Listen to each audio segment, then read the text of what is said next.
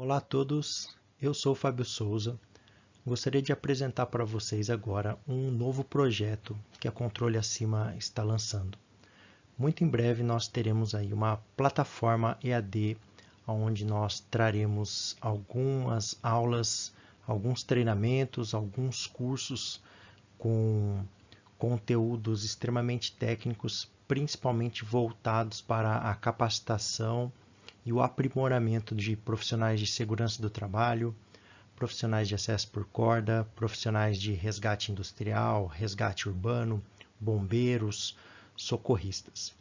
A nossa ideia dentro dessa nossa plataforma, que se chamará CTCA EAD, sendo que nós temos aqui um centro técnico de capacitação e qualificação na parte de resgate, de segurança para o trabalho em altura, espaço confinado, inspeção de equipamento de proteção individual. E agora nós estamos com uma extensão desse nosso conteúdo, que é todo presencial e muito prático.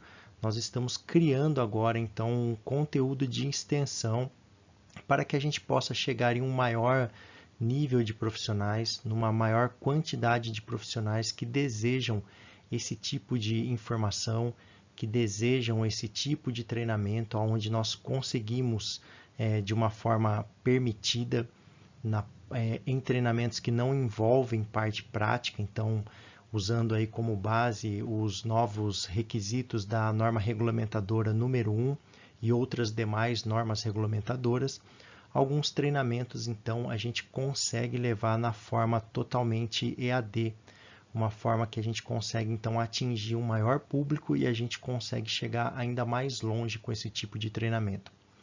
Essa aula inicial que nós estamos colocando aqui, disponibilizando de forma gratuita, enquanto inclusive a nossa plataforma EAD está construída, visa inclusive trazer informações sobre alguns tipos de equipamentos onde surgem grande tipo de dúvida entre os profissionais de acesso por corda, entre os profissionais de resgate por corda e até mesmo entre os profissionais que atuam na área esportiva com o uso de bloqueadores, com o uso de ascensores.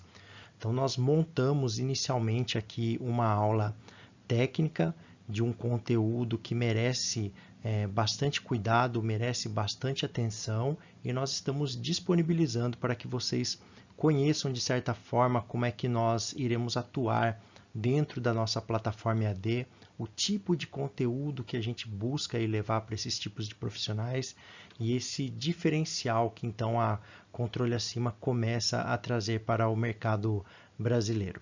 Bom, nós estaremos então tratando nessa nossa aula sobre um equipamento conhecido como bloqueador ou ascensor, dependendo do tipo de normativa ao qual ele está vinculado. Muito conhecido também por outras nomenclaturas, como ascensor de peito, crawl, ascensor de mão, punho, jumar, enfim. Nós vamos, através dessa aula, trazer algumas informações, colocar algumas dicas técnicas de utilização mais segura desse tipo de equipamento e, através dessa aula, também tirar algumas dúvidas que podem ser pertinentes aí entre você ou entre a sua equipe de trabalho. Então, a proposta dessa nossa aula é fazer aí uma avaliação de risco sobre a utilização desse tipo de equipamento e as melhores aplicações, de que forma que nós podemos aplicar esses equipamentos dentro do seu limite. Vamos então à nossa aula de hoje.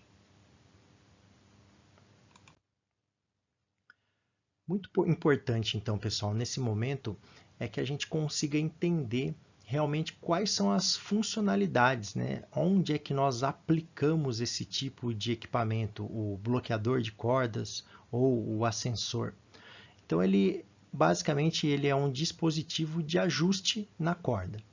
O movimento dele é livre em uma direção e ele tem um bloqueio mecânico ou um bloqueio por atrito quando envolve uma força na direção contrária.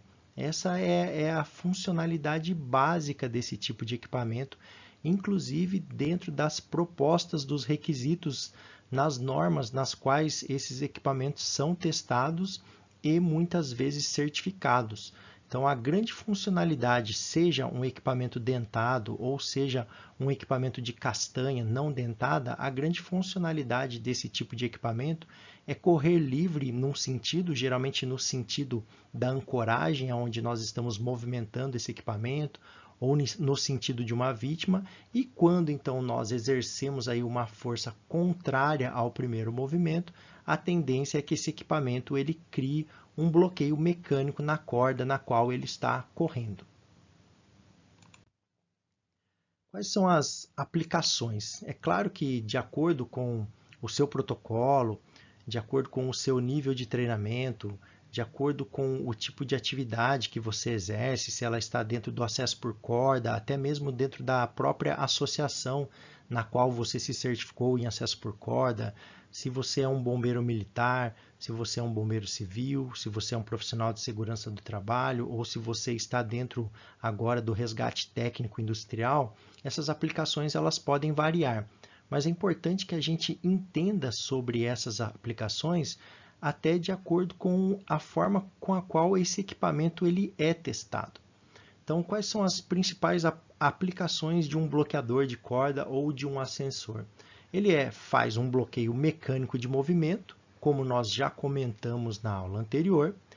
Ele é um equipamento também utilizado para captura de progresso, dentro de um sistema de içamento, por exemplo, dentro de um sistema de vantagem mecânica, ele é utilizado dentro de uma captura de progresso, conforme inclusive indicação dos fabricantes. É muito importante a gente sempre consultar o manual para entender o que cada fabricante coloca para esse equipamento, quais são os limites que ele coloca para que seu equipamento possa ser utilizado. Ele é muito utilizado também como um freio, num polifreno, num sistema de içamento. Muito importante já colocarmos aqui, até adiantando, nunca como um trava-quedas. Quando a gente fala que esse equipamento ele é colocado como um freio, quer dizer que ele é um capturador de movimento, onde não deve existir ali um fator de queda, não é para existir uma folga nessa corda. Ele é um bloqueador para o caso de eu ter que soltar, tirar a mão do meu sistema, o momento que eu estou fazendo um içamento. Então ali ele trabalha como um freio, não como um trava-quedas. Isso é uma coisa que a gente não pode de forma alguma confundir. Um bloqueador, um ascensor, ele não é um trava-quedas. Ele não possui certificação para isso.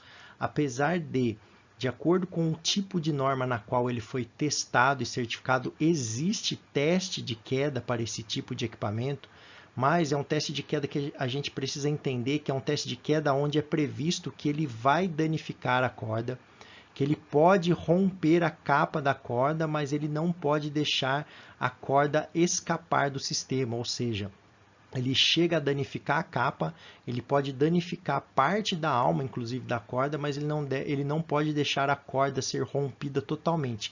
E isso dentro de um teste de certificação de norma para bloqueador ou para sensor, não para trava-quedas. Então, algo que tem que ficar muito claro na utilização desse tipo de equipamento é que, de forma alguma, ele é um trava-quedas.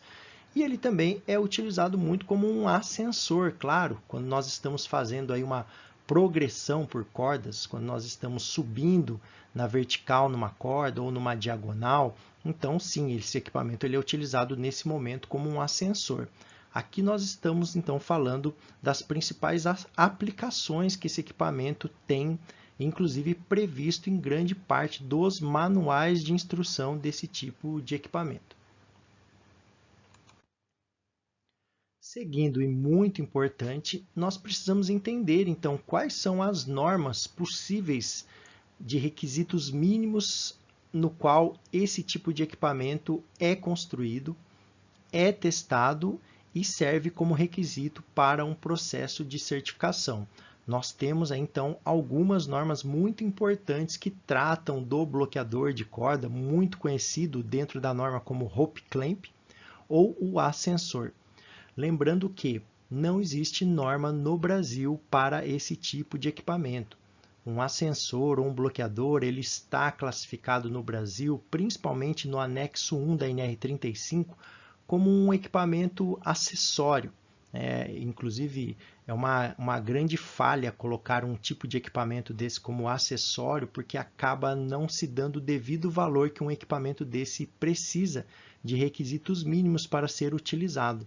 É bom lembrar que na comunidade europeia, por exemplo, um ascensor, um bloqueador, ele é tido como um equipamento de proteção individual da classe 3, ou seja, é um equipamento que protege do risco de morte. Por esse fato, ele precisa inclusive ser certificado, ele precisa ter um organismo certificador de produtos por trás desse equipamento, que não pode ser inclusive o próprio fabricante. Então, quais são as nossas referências quanto a um bloqueador de corda ou um ascensor? Nós temos aí a norma UIAA 126, que é uma norma do setor de montanhistas, né? A União Internacional das Associações de Alpinismo, aí nós estamos falando do alpinismo esportivo, possui então uma norma aí de requisito de construção e teste para um bloqueador.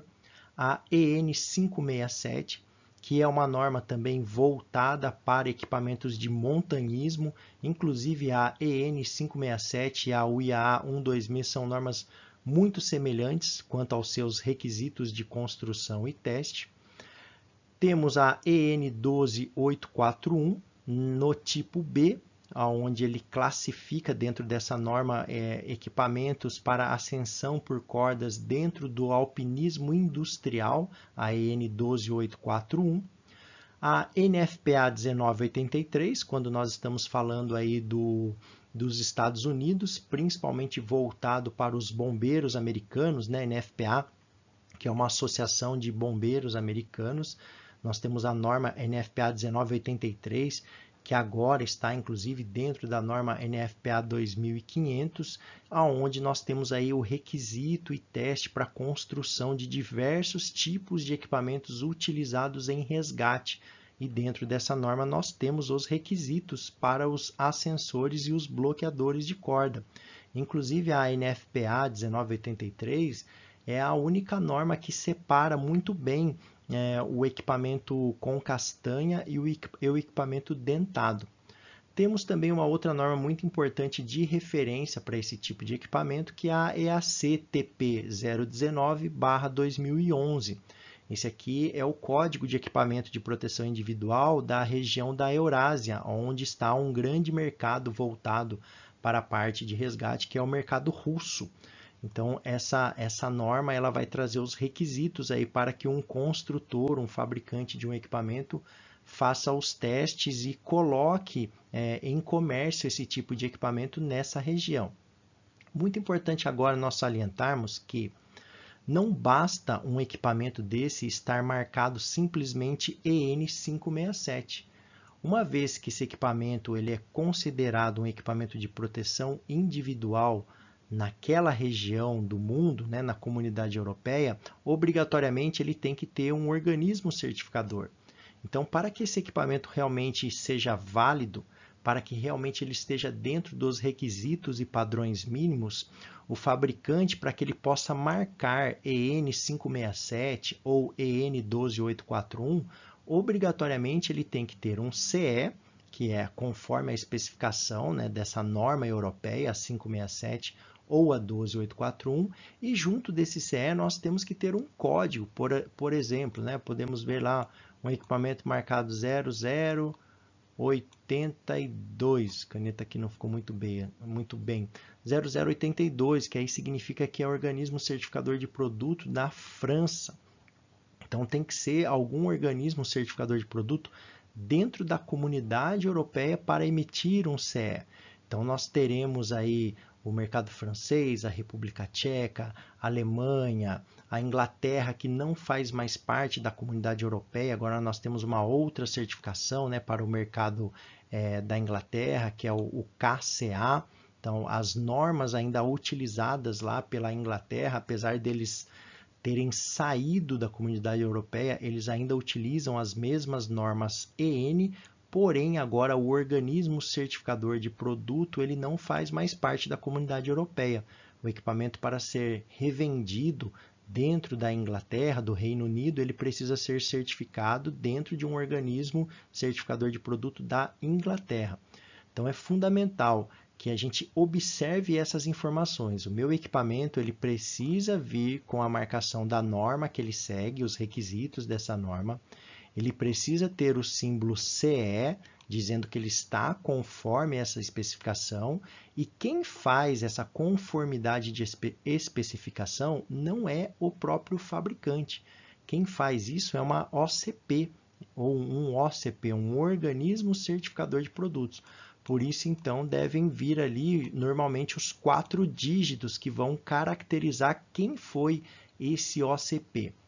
Uma vez que nós estamos falando de um equipamento que é um EPI e ele precisa de uma certificação de terceira parte, que é isso que significa, quando nós temos aí um organismo que ele não tem ligação com o produtor, nós estamos falando de um organismo de terceira parte, eu, fabricante, eu não posso simplesmente marcar o meu equipamento dizendo que eu sigo tal norma. Eu preciso que um organismo de fora diga que realmente eu sigo essa norma. E aí nós teremos os testes, nós teremos os laudos e nós teremos o certificado de conformidade. A partir do momento que eu tenho esse certificado de conformidade, aí sim eu posso marcar que o meu equipamento ele segue essa norma, desde que esse organismo esteja realmente garantindo que eu sigo essa norma. A mesma coisa se dá com equipamentos certificados pela NFPA 1983. O produtor ele não pode, em hipótese alguma, dizer que o equipamento dele segue a NFPA 1983 ou agora o compêndio de normas que é a NFPA 2500. Em momento algum, nenhum fabricante no mundo, inclusive nem no Brasil, pode marcar que o equipamento dele segue essa norma se ele não tiver por trás disso um organismo certificador de produtos, que aí no caso da NFPA, o único organismo certificador de produtos que ela aceita é a UL, que é o Underwrite Laboratories, onde nós temos aí um conglomerado de vários organismos certificadores de produtos utilizando esse selo. Então, é uma certificação americana. A NFPA não aceita certificação CE ou qualquer outro tipo de certificação para a padronização dos equipamentos conforme NFPA 1983. Então, você, usuário, precisa verificar muito bem qual é o tipo de equipamento que você está utilizando, quais são as marcações que esse teu equipamento ele possui e se realmente ele possui ali um organismo certificador daquele produto e certificador de que aquele produto passou realmente por um processo mínimo de segurança e qualidade conforme a especificação de determinada norma.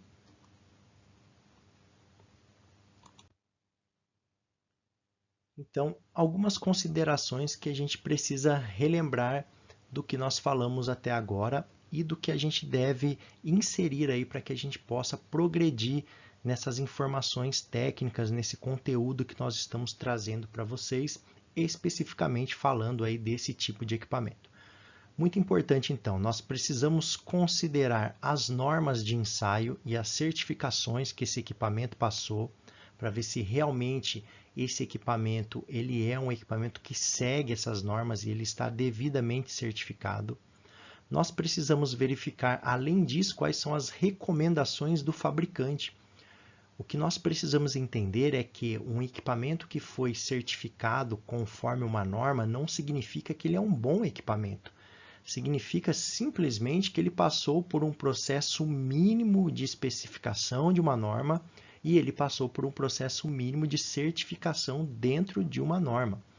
Nós precisamos verificar o que esse equipamento pode ter além, inclusive. Alguns fabricantes, eles colocam requisitos e testes que superam o que está estabelecido dentro de uma norma.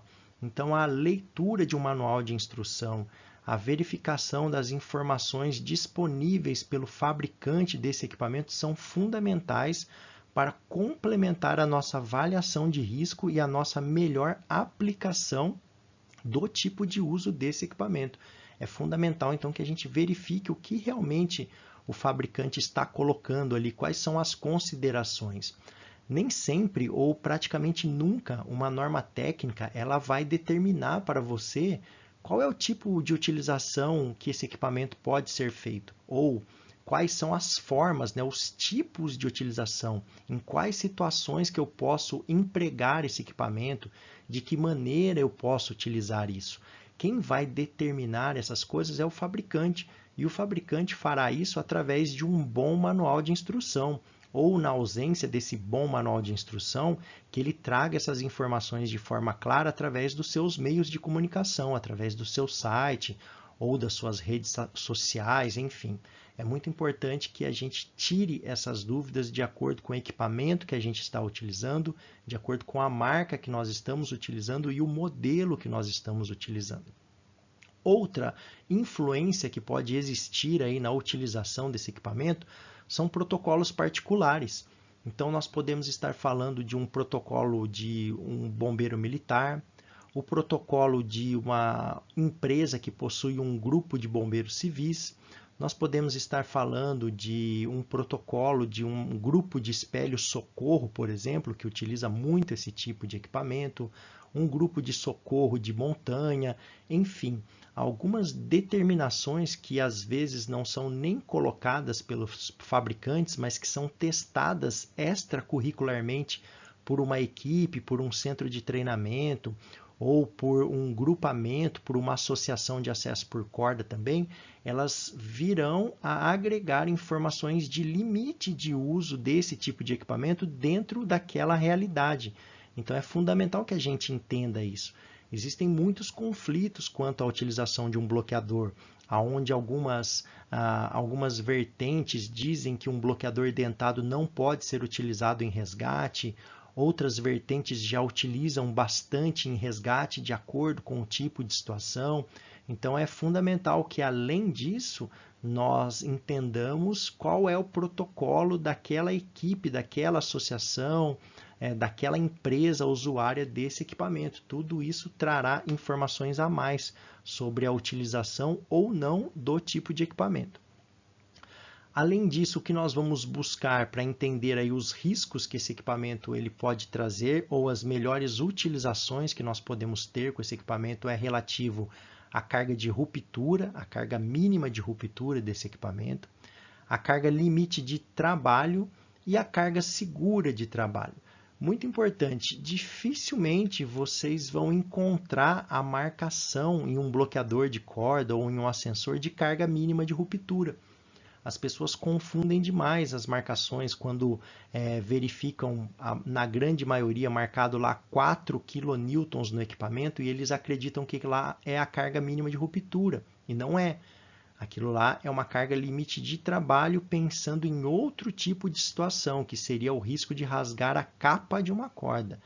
Então, não é a carga mínima de ruptura, não é nesse valor que o equipamento vai começar a deformar e vai quebrar, porque para nós chegarmos na carga mínima de ruptura de um ascensor ou de um bloqueador, com certeza esse equipamento já terá rompido a capa da corda ou ele terá deslizado pela capa da corda.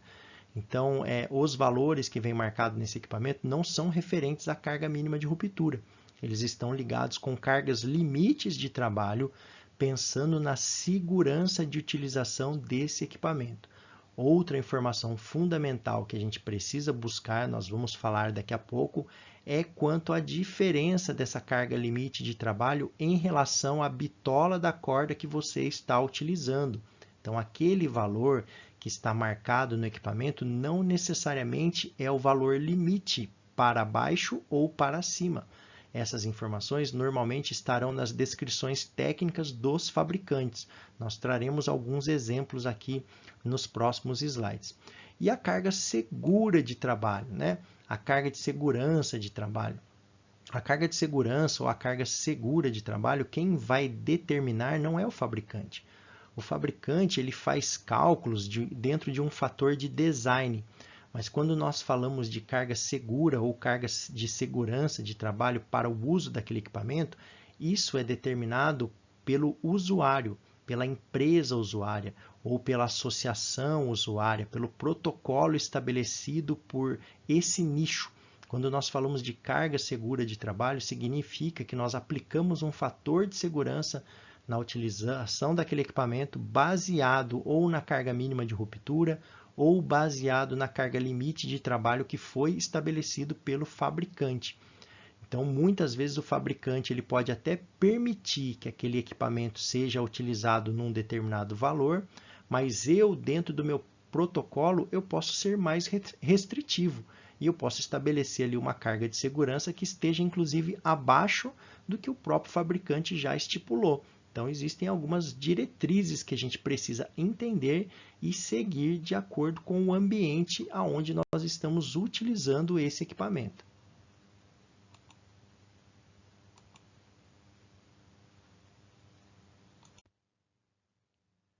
Quais são, então, algumas situações que nós precisamos verificar aí quanto ao risco que esse equipamento pode trazer, principalmente para a capa de uma corda?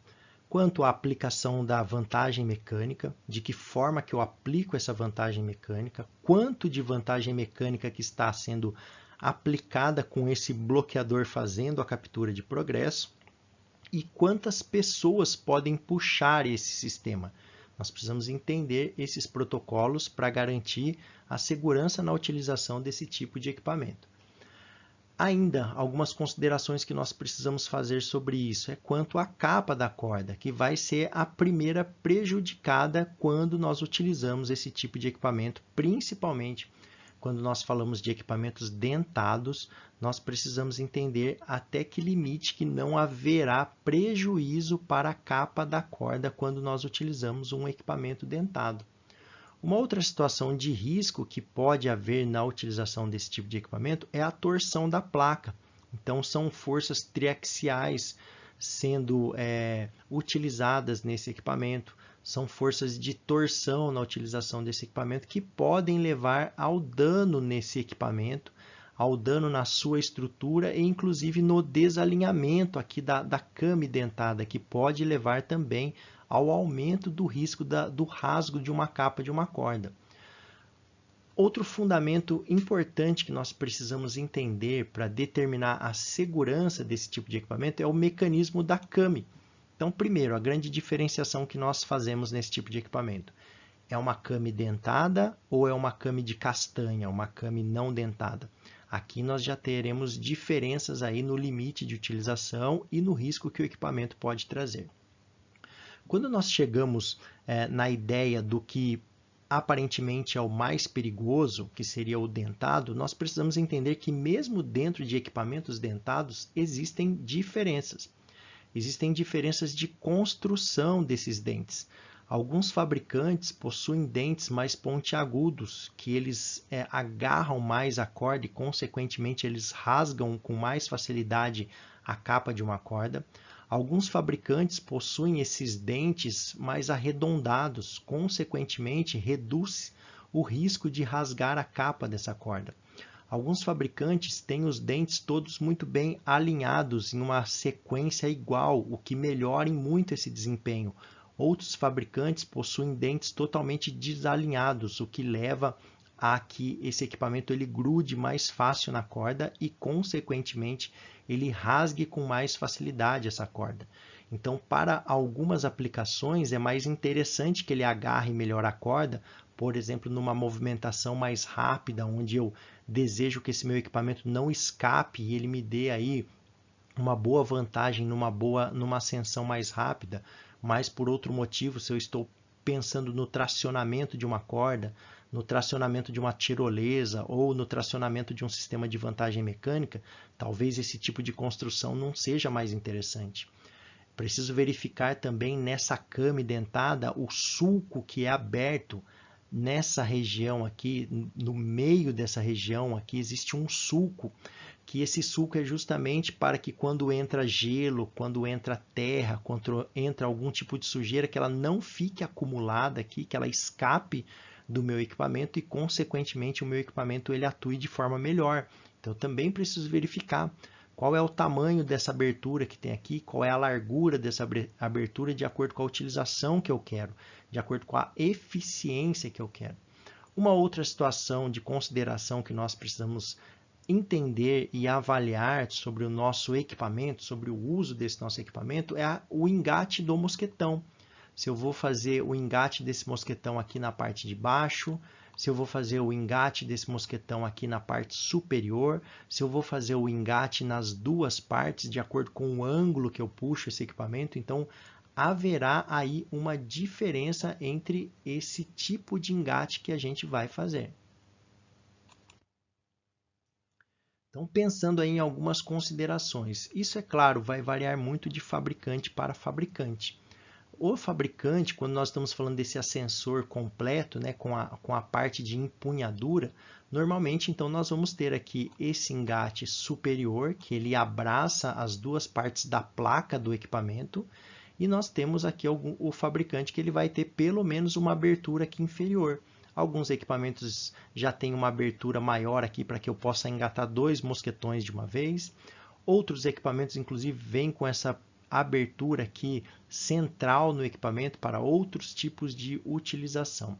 O que eu preciso entender nessas considerações é que quando eu faço um tracionamento com o meu mosquetão conectado aqui na parte de baixo, eu deixo essa parte de cima aqui mais livre para o movimento, principalmente se essa minha tração envolver movimentos em diagonal. Isso aumenta o risco para que eu tenha algum tipo de avaria na capa da minha corda.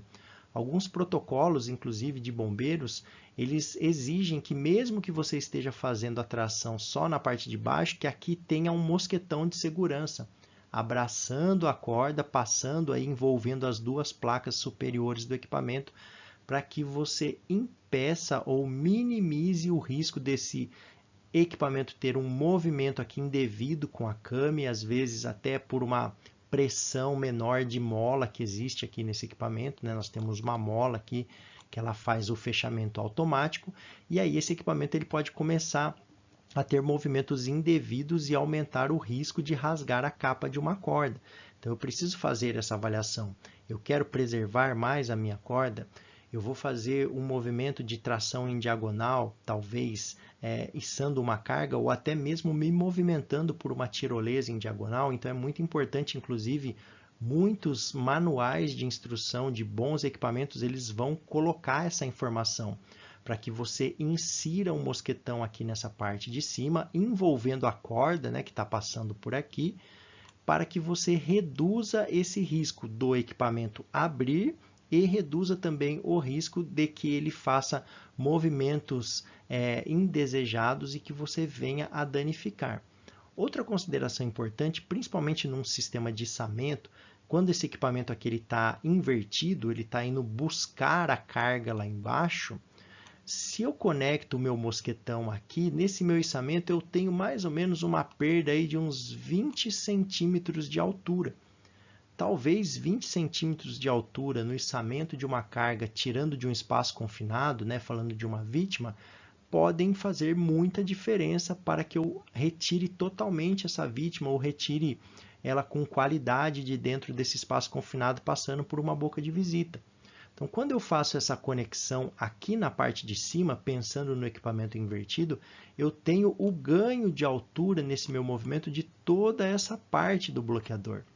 É outra questão que eu preciso levar dentro da minha avaliação. Nós precisamos ter aí uma avaliação de risco, uma avaliação de vulnerabilidade, uma avaliação de eficiência do meu movimento o tempo todo. E isso vai variar demais, né? É impossível que a gente coloque uma regra exata para todas as circunstâncias, para todas as situações onde esse equipamento pode ser utilizado. Então eu preciso entender os limites desse meu equipamento e as melhores formas como eu posso aplicar segurança na utilização desse meu equipamento.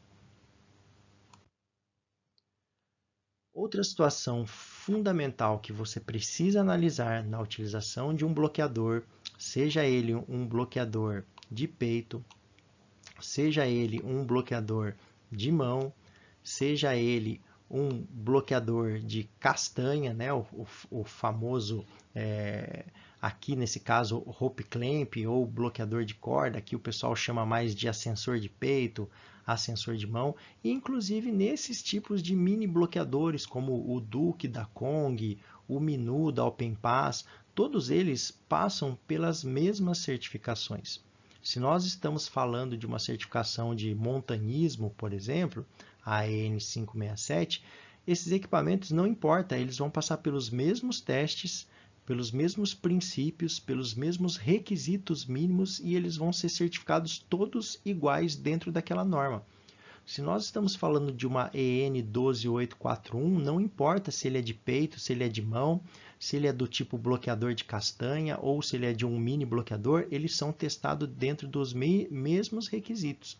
E se nós estamos falando de uma NFPA 1983, também nós teremos aí os mesmos requisitos de teste. O que vai diferenciar muito dentro da NFPA 1983 é quanto ao Technical Use e o General Use. Então, quando nós falamos de equipamento NFPA 1983 Technical Use, nós estamos falando para situações de resgate de cargas menores, de cargas mais conhecidas. Normalmente o pessoal associa isso à carga de uma única pessoa. Quando nós estamos falando de NFPA 1983 General Use, nós estamos falando de cargas maiores, normalmente associado aí ao uso para 2 pessoas no mesmo sistema. Então, dentro de uma certificação General Use, dificilmente você vai encontrar, eu pelo menos nunca vi, não conheço nenhum equipamento dentado que passa pelo teste General Use, porque nós estamos falando aí de um teste de tração de 11 kN. E 11 kN aplicado num equipamento dentado, com certeza ele vai rasgar a capa de uma corda. Quando então nós estamos falando de uma certificação General Use, os equipamentos que passam nesse tipo de teste são os equipamentos de castanha não dentada. Mas aí é muito importante que eu verifique lá o equipamento que eu estou comprando e a real certificação que ele possui. Não é qualquer tipo de bloqueador que vai aceitar esse tipo de carga sendo colocada, essa força sendo colocada nesse equipamento, nessa tração de corda e que ele vai resistir. Outra informação muito importante, né? Então, normalmente, o que nós vamos encontrar? Quando nós falamos de normas EN, o normal é que nós vamos ter ali um requisito de 4 kN. Isso vai estar marcado lá como carga limite de trabalho. Quando nós falamos de norma NFPA, nós estamos falando de requisitos diferentes. Então, quando nós falamos de NFPA, vai ser pelo menos 5 kN. E quando eu falo de General Use, nós estamos falando de pelo menos 11 kN. O que nós precisamos entender muito bem sobre isso? Esses valores aqui, eles estão estipulados para um determinado teste com uma determinada corda, com uma determinada bitola de corda. Quando você busca esse tipo de informação em alguns bloqueadores, vocês vão verificar que existe uma variável nesse valor aqui. E a variável desse valor para mais ou para menos está totalmente associado à bitola da corda.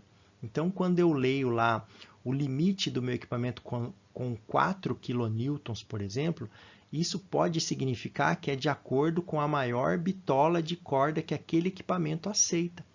Lembrando que a maior parte desse tipo de equipamento, desses ascensores, eles vão nos colocar lá que eles são para cordas entre 8 e 13 milímetros. É claro que não é uma regra, pode haver variação. É o fabricante que vai estipular isso para que o equipamento dele seja testado. Então, normalmente a gente vai encontrar isso. Então, se eu estou utilizando uma corda de 8 milímetros nesse equipamento, essa carga limite de trabalho, que seria uma carga onde eu tenho uma segurança para que ele não danifique a minha corda, ela vai ser menor do que isso. E quando eu estou falando que eu estou usando uma corda de 13 milímetros, essa carga será maior do que isso. Então, é muito importante a gente verificar essas variações. Isso você vai encontrar no manual de instrução, um manual muito bem escrito de algum fabricante, ou nas informações técnicas que os fabricantes muitas vezes não colocam totalmente no manual, mas eles disponibilizam através do site. Então, eu preciso entender muito que existe uma variação quando eu falo de teste, que isso está associado, esse valor está associado dentro de um range de cordas, de milímetros de corda, e quando eu estou falando da minha utilização mesmo, operacional, não estou falando mais de um teste laboratório, vai variar muito de acordo com a força aplicada. De que forma que eu estou aplicando essa força? Qual é o sentido que eu estou puxando? Quantas pessoas estão puxando? Qual é o ângulo que eu abro quando eu estou fazendo essa puxada? Eu estou inserindo um mosquetão aqui em cima para bloquear esse equipamento?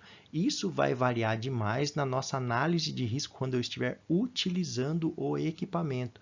Então é fundamental que a gente entenda que esses equipamentos eles são seguros, eles são testados, são certificados na sua grande maioria, mas todos eles têm limite de uso. Então eu preciso entender isso. Seja em resgate por cordas, seja em acesso por cordas, seja resgate de bombeiro, seja resgate de indústria, seja resgate do acesso por cordas, eles podem ser utilizados. Nós precisamos entender o limite que eles podem ser utilizados e a segurança que eu preciso fazer para que eles sejam utilizados. Vamos continuar ainda com essa aula. Então, falando sobre isso aqui, alguns grafismos para que a gente entenda melhor e considere melhor isso, né? Então, o equipamento ele é seguro? Sim, é um equipamento totalmente seguro, desde que eu entenda o jeito que eu estou utilizando esse equipamento, né? Então, quando eu estou fazendo um içamento de carga, toda vez que eu falar em carga, pessoal, eu estou falando aí no içamento de uma pessoa, né? Nós estamos falando aqui de pessoas, seja num treinamento, seja uma vítima real, ou seja mesmo o içamento de um trabalhador em alguma situação de acesso por corda, nós estamos falando de pessoas, nós não estamos falando na carga que um guindaste levanta, por exemplo.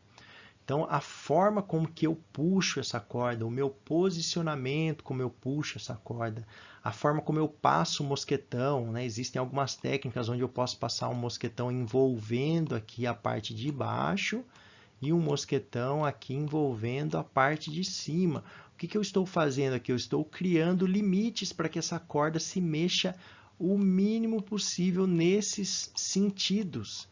E se ela se move menos nesses sentidos, consequentemente, eu reduzo o risco dessa came ficar em movimento e esse dente ficar grampeando e desgrampeando a corda e correr o risco de rasgar mais fácil a capa dessa corda. Outra consideração que nós precisamos ter, quando a gente fala aí de ascensores de peito ou os bloqueadores de peito, é quanto à qualidade do movimento que esse profissional ou esse esportista ele emprega para fazer ascensão. Nós precisamos entender que toda vez que nós estamos fazendo ascensão e a gente senta na corda para descansar ou no movimento que a gente tem que fazer aí, seja qual a forma que você faz a sua ascensão, nos modos mais tradicionais, no estilo frog, no estilo rope walking, não importa, você tem um movimento dinâmico aqui de subir, descer, e aqui também existe um grande risco de dano. Inclusive, existem já registros de acidente, de abertura desse equipamento em campeonatos de acesso por corda, onde o pessoal acaba empregando grandes velocidades nessa utilização, o choque que esse equipamento pode ter com o bloqueador de mão, de acordo com o tipo de movimento, de acordo com o tipo de velocidade que eu estou empregando nesse sistema. Tudo isso precisa ser devidamente considerado para que a gente entenda o risco que o equipamento está gerando ou não para o meu sistema, seja ele de resgate ou seja ele de trabalho. Nós estamos falando de um equipamento dentado nesse caso, e aí os riscos são aumentados. Quando nós falamos então no ângulo, já tratamos sobre isso, mas aqui a gente deixa aqui um exemplo visual. Vocês vão encontrar então aí na maioria dos bons manuais de instrução desse tipo de equipamento, como o da Climb Technology, que é esse ascensor, na Petzl e algumas outras grandes marcas como a Kong, vocês vão identificar aí que os fabricantes eles acabam colocando algumas ressalvas para a utilização desse tipo de equipamento em ângulo, quando nós estamos falando em diagonal.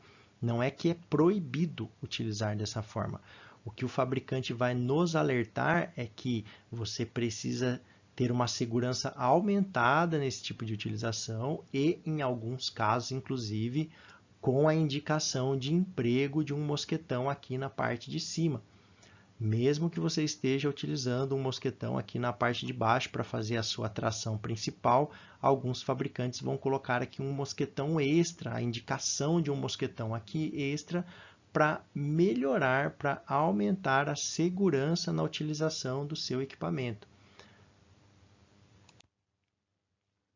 Bem, pessoal, nós estamos aí com uma aula quase de 50 minutos falando exclusivamente de ascensores e bloqueadores. Nós falamos aqui sobre algumas normas, nós falamos aqui sobre algumas certificações para essas normas, de acordo com a região aonde esse equipamento foi construído, onde ele é testado, principalmente quando nós falamos aí de comunidade europeia e quando nós falamos de Estados Unidos. Nós falamos aí das informações quando o equipamento é dentado ou quando o equipamento é do tipo castanha, sem dente. Nós falamos das diferenças que esse equipamento pode possuir de acordo com o emprego, se é para resgate, se é resgate de bombeiro ou se é da parte de acesso por corda. Tratamos aí de formas diferentes de observar esse equipamento, conexões diferentes de mosquetão para esse equipamento. Falamos dos limites de uso, muito importante. Nós temos os limites de uso aí colocados por norma. Então, quando nós falamos da EN 12841, o limite mínimo que esse equipamento ele tem que ser testado são 4 kN. Então, existe ali um teste de 3 minutos de tração desse equipamento numa corda, com o emprego dessa força de 4 kN, e ele não pode danificar a corda, seja ele dentado ou não. Quando nós estamos falando de equipamentos com certificação NFPA, NFPA Technical Use, nós estamos falando aí de uma tração de 5 kN, sendo ele dentado ou não. Para ele ser certificado, ele precisa ser tracionado por alguns minutos com 5 kN de força e ele não pode danificar a capa da corda. Se nós estamos falando de um equipamento General Use, nós estamos falando de uma força aplicada de 11 kN. Então, existem diferenças. Existem os equipamentos mais seguros e existem os equipamentos que possuem limites menores, que nós não podemos extrapolar. Uma coisa que vocês precisam entender são os princípios e preferências. O princípio do equipamento é que ele seja certificado, que ele esteja em conformidade, que ele esteja de acordo com o teu protocolo, que ele seja seguro, que a pessoa que utiliza esse equipamento seja devidamente treinada no uso desse equipamento. Esses são princípios imutáveis.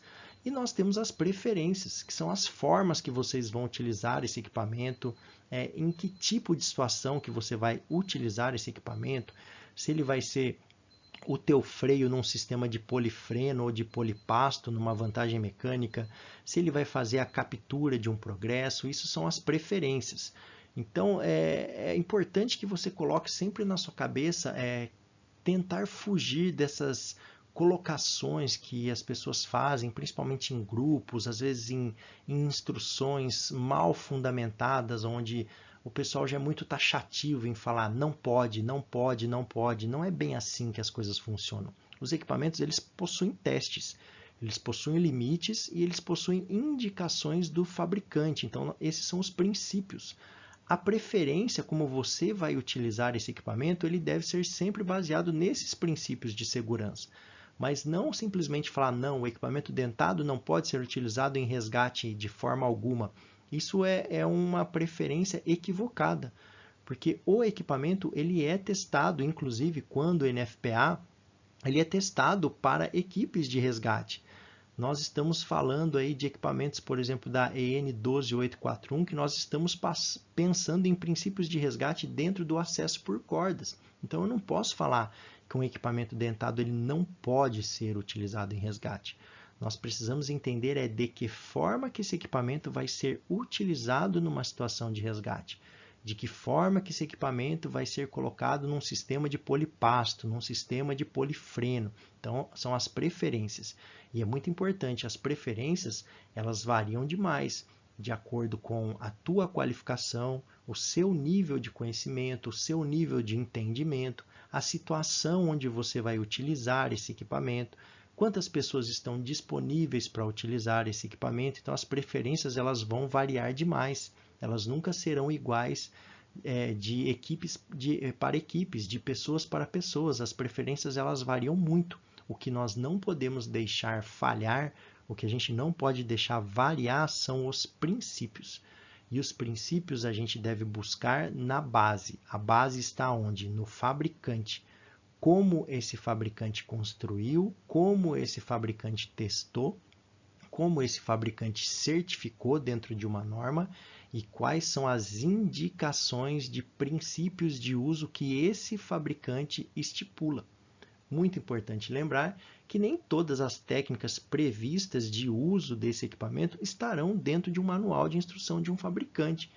Então a gente precisa entender muito bem esses princípios para conseguir utilizar esse equipamento de forma segura, dentro de uma técnica adequada e que seja eficiente para aquilo que nós estamos propondo.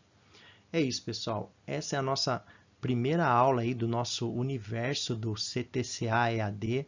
Muito em breve nós teremos muito mais material. Muito em breve nós lançaremos a nossa plataforma de treinamento, de cursos, onde você poderá ter acesso, será acesso pago a treinamentos com certificado e tudo mais, dentro de informações dessa forma que nós estamos colocando aqui para vocês, informações de aprimoramento técnico, informações de melhor conhecimento e para o desenvolvimento de melhores profissionais para o mercado de trabalho. É isso, me despeço aqui, um grande abraço e até uma próxima.